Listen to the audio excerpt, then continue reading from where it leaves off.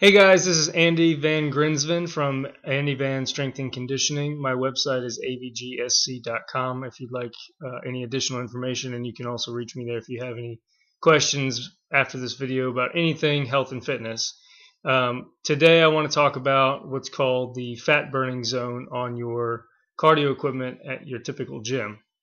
But first, Jane being super cute. Hey cute. Okay, anyway, so we're back to the fat burning zone. So today I was working with a client named Dan, and at the end of our session, he was riding the stationary bike.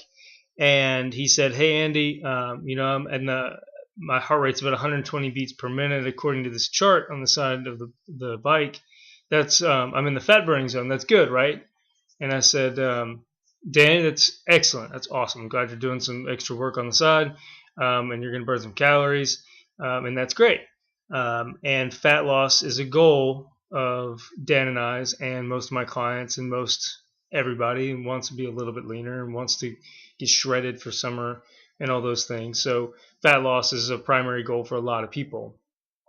But there's a problem with this fat burning zone on your standard cardio equipment, and that it's sort of a misnomer.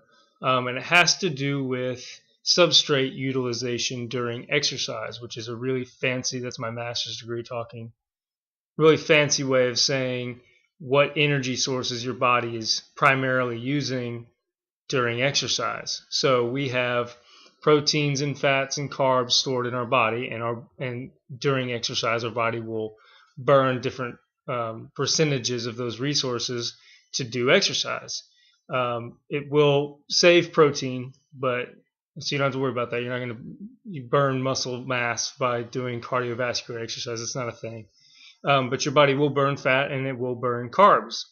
And since fat loss is a goal for most people, the fat burning zone seems like the right place to be on your cardio equipment. And the fat burning zone represents sort of your lower, we'll say, because it's above nothing, so 10 to 20% of effort up to roughly 50% of your max effort. So think moderately paced jog, or anything between what I'm doing right now, hanging out in my bathrobe on a Wednesday night on my couch, up to a moderate paced jog. Something that I could probably sustain a conversation while I'm doing it and not have any issues. And we'll call that the fat burning zone, and that's where your body will preferentially burn fat as its primary fuel source to do work. It is burning carbs some, but not to the same degree as it burns fat. Around 50 to 60% effort, we have what's called this crossover effect, where your body will start preferentially burning carbohydrates as its primary fuel source and will burn less fat percentage-wise as you continue to increase the intensity. So about 50 or 60%, we cross over. We're not in the fat burning zone anymore, and we're burning carbohydrates as our primary fuel source. So what all this really means is it just talks about what substrate your body's using during the exercise, right? So you'll burn fat in a lower intensity, you'll burn carbs in a higher intensity. Andy, what does that all mean to me? Well, going back to this fat burning zone being a misnomer, everyone has heard of the term EPOC, or excess post-exercise oxygen consumption. And EPOC represents the total caloric or energy expenditure post-workout. So you're done working out, you're walking out the gym with your protein shaker to the car, and for the next period of time, somewhere between, 30 minutes to 24 hours, your body's going to continue burning calories at an elevated rate. Now, how long and how much or how large that EPOC is depends on the intensity of the exercise that you just did.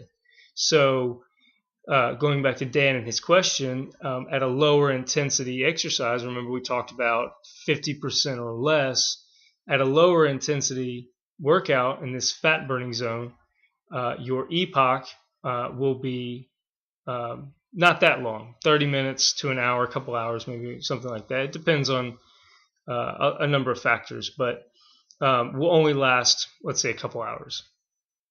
And the reason for that is because exercise disrupts homeostasis. My body likes to be in a robe on the couch all the time. It prefers homeostasis.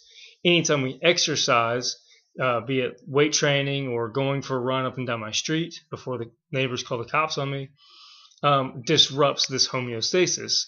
And during exercise, we do muscle damage, metabolic damage, our hormones change, our hydration levels change, our heart rate changes, respiration rate changes. So we have all these metabolic processes that are going on while we exercise. And it requires energy to elevate those things, or to adapt to the stimulus, to adapt to my weight training, to adapt to Dan's bike riding, or whatever it is. Getting up and walking to the kitchen to grab a snack before I go to bed would disrupt homeostasis. And that disruption is great. Your body will adapt to it, and what used to be challenging isn't challenging anymore. So we disrupt homeostasis, and after we get done working out, that homeostasis remains disrupted for a period of time. That's epoch. So we're back to epoch. So your body burns calories at an elevated rate post-workout, depending on the intensity of the workout. So if we have a low-intensity workout, like a light jog or less, epoch won't last that long.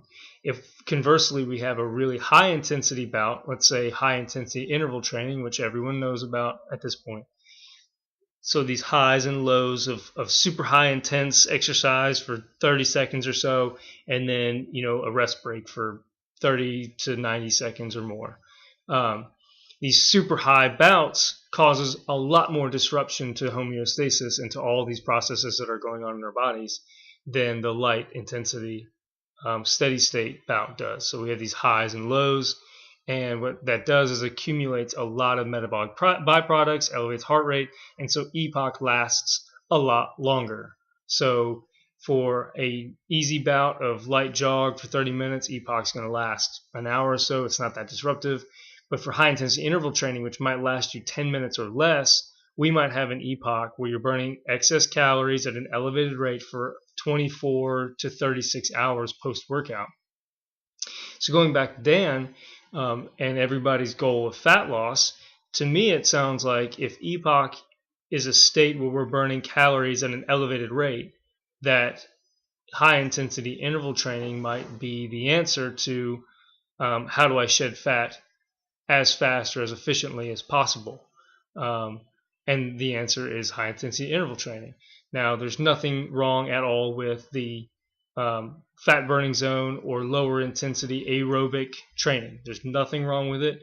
It will provide a caloric deficit, assuming your nutrition's in order. You can lose fat doing aerobic exercise. But from a per-unit time efficient standpoint, the high-intensity interval training takes far less time. It is way harder. It's not easy. But it takes far less time and provides the largest epoch, or a greater epoch, than steady-state cardio does. And so we can continue burning calories even after we've left the gym for 12 or 24 or 36 hours post-workout. So if my goal is to burn as much fat as efficiently as possible, then I might not want to be in that fat-burning zone, actually. I want to go into those higher intensity levels where I'm calling on carbohydrates, but I'm providing a greater disruption to homeostasis.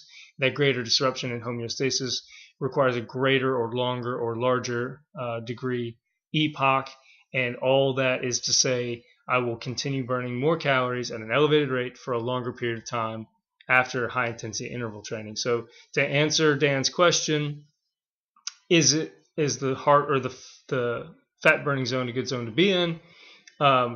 Technically, yes, you'll burn calories, but from a time-efficient standpoint, I would say no. High-intensity interval training is going to take far less time. It's going to be far more efficient. And from a fat loss standpoint, it's going to get you to your goals way faster. So I hope this video was helpful. Please feel free to reach out to me via social media or on my website or at andy@avgsc.com. Hit me with any of your questions, and I'll be glad to answer them. Thank you for your time. Say goodbye to Jane real quick. And good night.